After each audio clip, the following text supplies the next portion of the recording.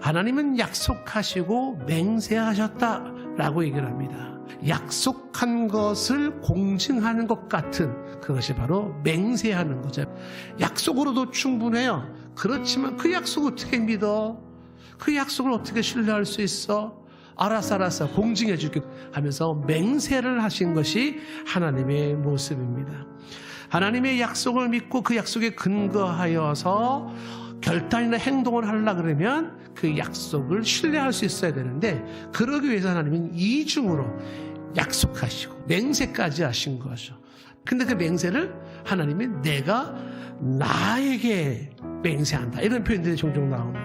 하나님께서 이렇게 약속하신 것으로 끝나지 아니하시고 당신을 두고 맹세까지 하신 이유는 무엇일까?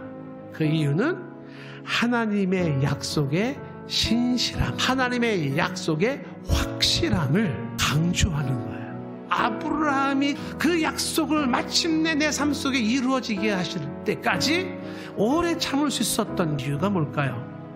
하나님의 약속에 대한 믿음인데요. 그 약속은 맹세까지 하신 것으로서 너무나도 분명하고 확실한 하나님의 말씀이기에 그 말씀을 끝까지 붙잡을 수가 있었고, 마침내 그 약속의 성취를 누릴 수가 있었다는 이야기예요. 알렉산드리아 출신 유대인 철학자였던 필로가 이야기를 하죠.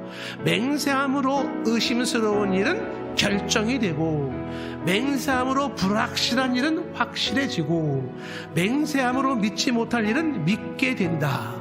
그러므로 맹세는 모든 대립을 그치게 하고 맹세한 내용을 성취시킨다.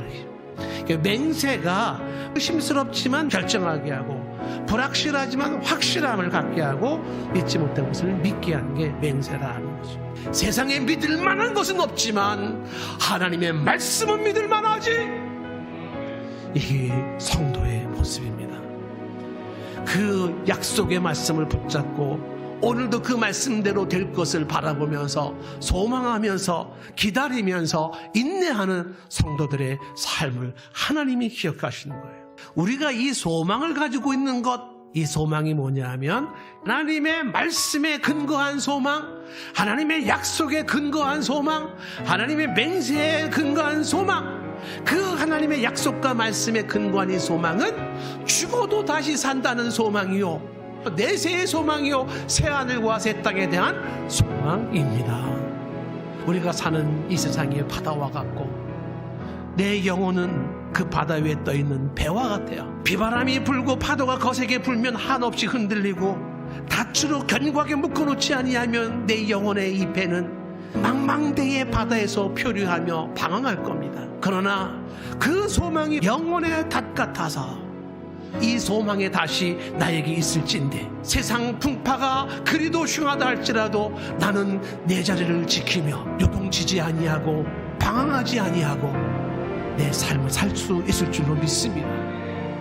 무엇이 내 삶이 영혼의 닷이 되는가? 무엇이 내 삶을 견고하게 붙잡아주는가? 바로 언약의 말씀에 근거한 소망이에요. 저와 여러분들은 하나님의 약속의 말씀을 붙잡고 사는 사람들입니다.